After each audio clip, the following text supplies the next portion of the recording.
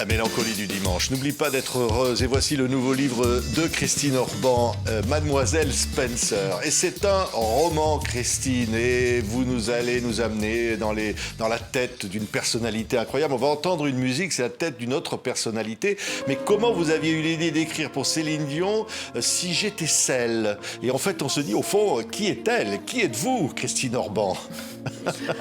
C'est un jeu, écrire pour Céline Dion. C'est pas moi qui ai choisi, c'est elle qui m'a demandé. Donc je ne suis pas celle, au fond, c'est presque une spécialité, parce qu'on peut dire aussi de Diana qu'elle n'était pas celle Oui. qu'on voulait qu'elle soit. Alors, on va justement Et parler de Mademoiselle Diana. Spencer, le titre est une sorte de résistance. Oui, mais là, pour Céline, un mot, on va l'entendre, cette voix incroyable, et vous dites « je ne suis pas celle ». Et au fond, vous vous dites « qui est-on » Et c'est ça la grande question. Écoutez Céline. Je ne suis pas celle que tu crois. Je ne suis pas celle-là. Écoute-moi. C'est un rêve, Christine Orban, d'écrire une chanson pour Céline Dion et de la voir la chanter à Las Vegas, dans le monde entier, de vendre des millions de disques. C'était intéressant. Et je pense que c'est le problème de toutes les personnes publiques. Est-ce qu'elles ressemblent à l'image qu'ont le public d'elles? Et ça se passe évidemment pour Céline Dion, avec qui j'ai longuement parlé, qui vient d'une famille très modeste. Elle m'a raconté les souvenirs les plus anciens, quand sa maman faisait chauffer les petits pains et les petites chaussettes des 11 frères et sœurs, des choses qui l'ont marquée. Et je pense que dès qu'on est public, là j'ai essayé de sortir Diana de l'image de carton-papier, de papier glacé qu'on a d'elle. Oui, oui. Alors, ce qui est extraordinaire, c'est que là, voici, regardez ce livre, hein, Christine Orban. C'est un livre signé Diana, Lady Di, Diana Spencer, non? C'est le livre qu'elle aurait pu écrire. Mais en fait, c'est vous qui vous êtes mis dans sa tête, dans son cerveau. Comme ça, vous avez vécu. C'est un transfert de personnalité incroyable. Et c'est elle qui parle à la première personne. C'est le livre qu'elle aurait dû ou pu écrire. Écoutez, c'est tout un travail, parce que tous les faits sont réels. Évidemment, tout ce que je raconte est arrivé.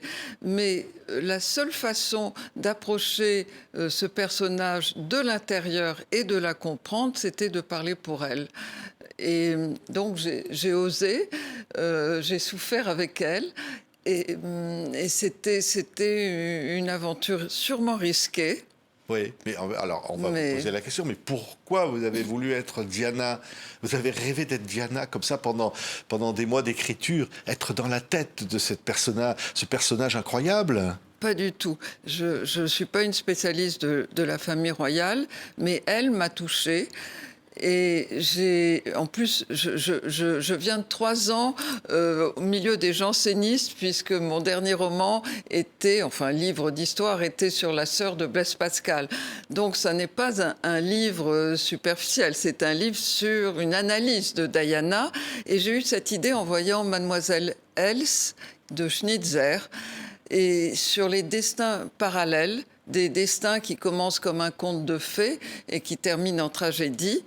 Et pour une des rares fois, c'est un personnage de la vie imaginaire qui va éclairer un personnage de la vie réelle. Donc j'ai tout l'imaginaire de Schnitzer qui m'aide aussi à comprendre Diana. Oui, alors, qui était vraiment Diana? Le savait-elle elle-même? Et au fond, c'est une sorte de tragédie grecque. Son enfance, sa mère qui l'abandonne, le conte de fées, elle tombe amoureuse de Charles en le voyant, son couronnement à la télévision, et puis elle veut s'autodétruire, et puis elle se rend compte que Charles ne l'aime pas, et puis elle va chercher l'amour ailleurs. C'est une tragédie, finalement, quand même, plutôt une tragédie, l'histoire de Diana. Oui, elle s'est trompée, on l'a trompée. Elle pensait avoir été choisie par un homme. En fait, elle est choisie par une institution. Je raconte le gang des grands-mères qui décide de piocher la future femme, la princesse de Galles, dans la famille Spencer, qui est la famille la plus noble, la plus aristocratique d'Angleterre. Elle est comme beaucoup de petites Anglaises, amoureuse du prince d'Angleterre depuis qu'elle a 8 ans, et je raconte la scène. Donc, on l'a trompée. Elle s'en rend compte un peu tard. Elle veut partir, c'est la veille du mariage, quand elle découvre certaines choses que je raconte. Et là, sa sœur lui dit, écoute, tu as ta tête sur toutes les tasses d'Angleterre, c'est trop tard. Maintenant, il faut y aller. Donc, elle y va j'ai confiante. accepté mon malheur pour avoir mon visage sur des mugs. Parce que j'avais mon visage sur tous les mugs d'Angleterre. Oui, sa sœur lui dit, maintenant, je t'avais dit de ne pas accepter ce mariage, que tu serais prisonnière.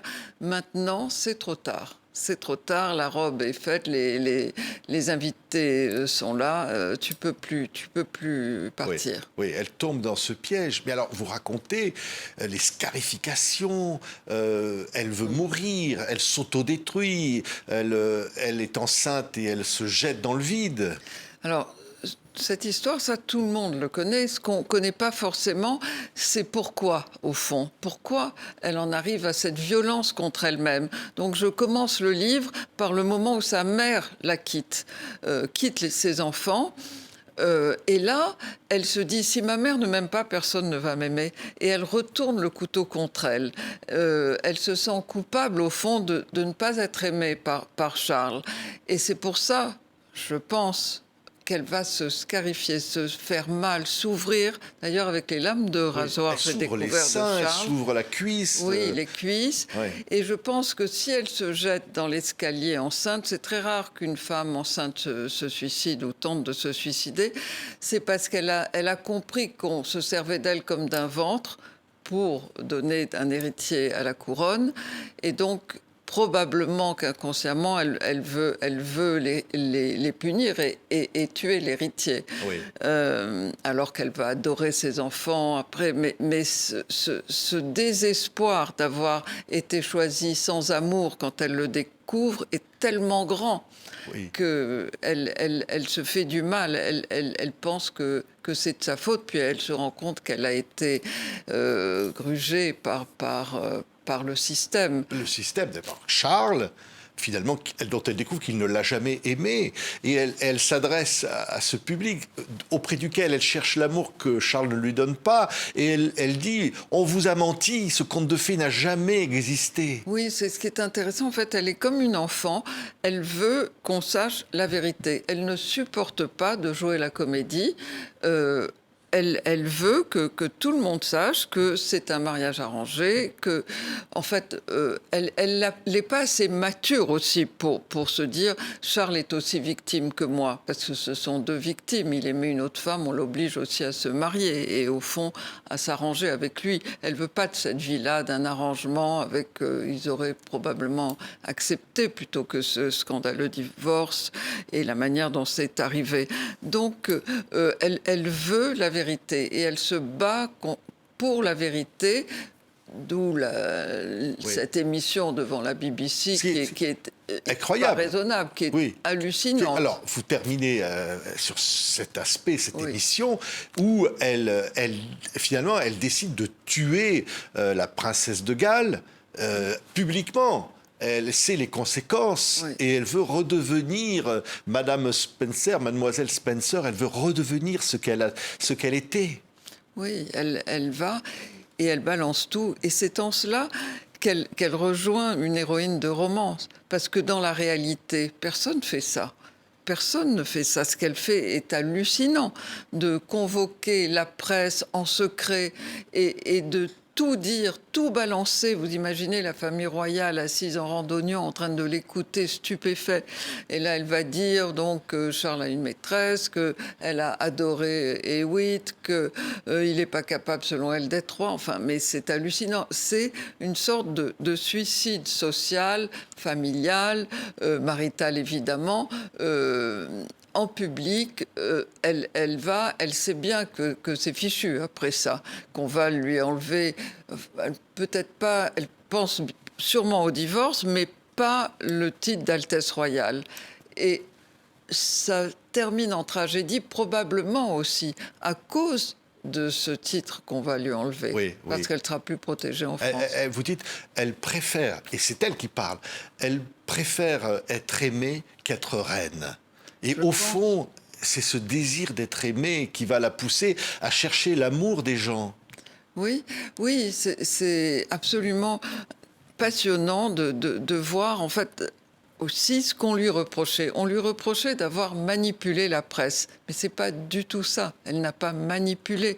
C'est une femme qui n'est pas aimée par son mari, ou en tout cas peut-être qu'il aime un peu, mais qu'il en aime une autre, et qui par contre, se rend compte qu'elle fascine la presse, qu'on scande Diana, we love you, et le public. Forcément, c'est humain, elle se retourne vers ceux qu'il aime.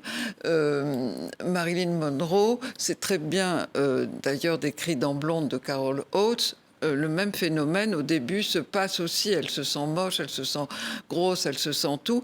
Et puis la presse l'adore. Elle va devenir aussi, pour eux, une cliente formidable. Et Diana est adorée, adulée, ce qui va en plus faire ombrage à Charles. Et peut-être que là, c'est très bas, ok, mais c'est une petite revanche aussi. Tout d'un coup, c'est elle qui est l'objet de tous les regards. Oui. Pas Camilla Parker Bowles, avec lequel elle s'aperçoit que c'est un ménage à trois, qu'elle vit dans un ménage à trois. Oui, oui. Elle s'aperçoit assez tôt, en fait. Diana s'aperçoit à cause de toutes les petites maladresses de Charles. Elle s'aperçoit assez tôt et elle va énormément en souffrir. Mais au début, je décris la relation au début entre Camilla et Diana. Diana a plutôt la relation d'une petite sœur. Elle l'admire parce que Camilla, d'abord, a du sex appeal, elle est à l'aise, elle appelle Charles Charles, alors que Diana, au début, l'appelle sœur. Ça fait toute la différence. Mais au début, si chacun était resté dans son rôle, et Charles, comme prince de Galles et époux de Diana et amoureux, je crois qu'il n'y aurait aucun problème avec Camilla, évidemment. Mais Diana, elle est trompée. Et à un moment donné, est-ce qu'elle a envie de revanche? Alors, on sait qu'elle va être la fin. Ça, c'est peut-être l'objet d'une suite qu'elle pourrait raconter par votre voix, et jusqu'à cette mort tragique sous le pont de l'Alma. Et au fond, une forme de dégringolade, la drogue, Dodi Al-Fayed. Il va y avoir tout ça derrière. La drogue, je ne pense pas en ce qui la concerne, mais oui, je pense qu'après l'émission, elle part en vrille, en fait, qu'elle demande qu'on lui ouvre la porte de la cage, mais elle s'est mariée, elle avait 19 ans, elle n'avait absolument pas vécu, elle ne s'est pas volée. Donc, après, c'est moins intéressant. Ce qui m'a intéressée, c'est ces transformations, la transformation d'une jeune fille timide, bien élevée, en cette sorte de furie Valkyrie devant la BBC. Comment elle est arrivée là? Qu'est-ce qu'ils lui ont fait pour qu'elle en arrive là? Sa transformation physique aussi. D'ailleurs, elle se demande, elle se dit au fond, si j'avais été comme ça, cette bombe, qu'elle va devenir cette femme sublime, on va la comparer à Marilyn des années 80, est-ce que j'aurais séduit Charles dès le début, alors qu'au début, elle a l'air d'une jeune fille pas sûre d'elle et rougissante et baissant les yeux. Enfin, elle est sûrement elle est moins attirante pour Charles. Et donc, elle se pose ces questions. Donc, c'est un livre sur sa transformation. Comment on se transforme? Pourquoi? Qu'est-ce qui l'a poussé à se transformer comme ça? Et aussi sur cette violence, ce courage. Parce que tout de même, il faut un certain courage, un certain idéalisme aussi, pour dire, moi, je ne veux pas être princesse de Galles, je veux être libre et je veux être moi-même. Donc, Mademoiselle Spencer. Merci, Christine. Orban. Mademoiselle Spencer, c'est comme on dit, un livre dont on tourne chaque page pour aller à la suivante et qu'on ne décroche plus. Tiens, je ne suis pas celle. On se quitte avec ces paroles que vous avez écrites pour la grande Céline Dion, Christine Orban. Mademoiselle Spencer est publiée chez Albin Michel. Merci beaucoup Christine d'avoir été avec nous. Merci de m'avoir invité. Rester la même, c'est pour approcher mes rêves d'enfant. Je voulais un homme, un seul pour danser. Je voulais chanter pour enchanter. Je voulais des nuits plus longues que les jours avant que tu t'en ailles. Je voulais toujours.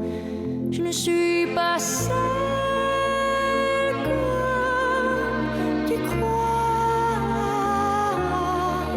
Je ne suis pas celle